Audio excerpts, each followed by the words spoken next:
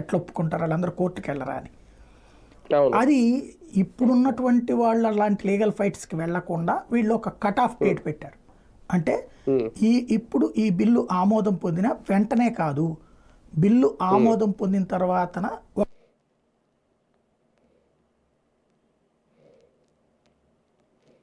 ఇప్పుడు మరోసారి పార్లమెంట్లో ఆమోదించబడిందే కదా, ఆమోదించిన తర్వాత దానికి కట్ ఆఫ్ డేట్ ఏం పెట్టారు, దాని అమలు తేదీ. కట్ ఆఫ్ డేట్ అంటే అమలు తేదీ అనమాట. అమలు తేదీని ఏం చేశారు, నియోజకవర్గాల పునర్విభజన నాటి నుండి ఆచరణలోకి వస్తుంది అని. నియోజకవర్గాల పునర్విభజన ఇప్పుడు ఏడాది 2026 జరగాలి. అది జరిగిన తర్వాత నుంచి నియోజకవర్గాలకి ఈ లెక్కన వస్తుంది దేశవ్యాప్తంగా. అట్లాగా దీని కట్ ఆఫ్ డేట్ ఏంటంటే నెక్స్ట్ జరగబోయేటటువంటి పార్లమెంట్ తర్వాతన కట్ ఆఫ్ డేట్ అనౌన్స్ చేస్తారు. 5 ఏళ్ళు.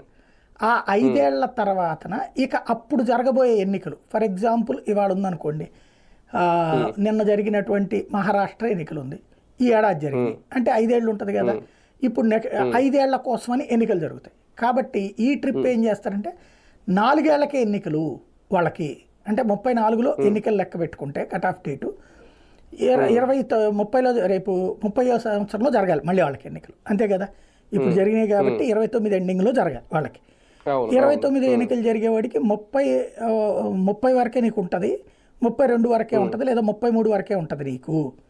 ఇట్లాగా ఒక కట్ ఆఫ్ డేట్ పెట్టేసి తర్వాత జరగబోయే ఎన్నికలన్నీ కూడా ఆ డేటుకి 3 ఏళ్ళు అయితే 3 ఏళ్ళు, 2 ఏళ్ళు అయితే 2 ఏళ్ళు, ఏడాది అయితే ఏడాది, 5 ఏళ్ళు అయితే 5 ఏళ్ళు. ఒక్క 4 రాష్ట్రాలకి ఏ ప్రాబ్లం ఉండదు మనకి. ఆంధ్రప్రదేశ్, సిక్కిము, అరుణాచల్ ప్రదేశ్, ఇట్లాగా 4 రాష్ట్రాలకు మాత్రం ఎన్నికలు సాధారణంగా పార్లమెంట్తో పాటే జరుగుతున్నాయి, లోక్సభతో పాటే జరుగుతున్నాయి. ఈ 4 రాష్ట్రాలకి ఇంక కొత్త టెన్షన్ ఏం లేదు. కానీ ఇప్పుడు తెలంగాణకు ఒక 6 నెలలు పోతుంది, కర్ణాటకకి ఏడాది పోతుంది. ఇట్లాంటి వాళ్ళందరికీ ఆ తర్వాత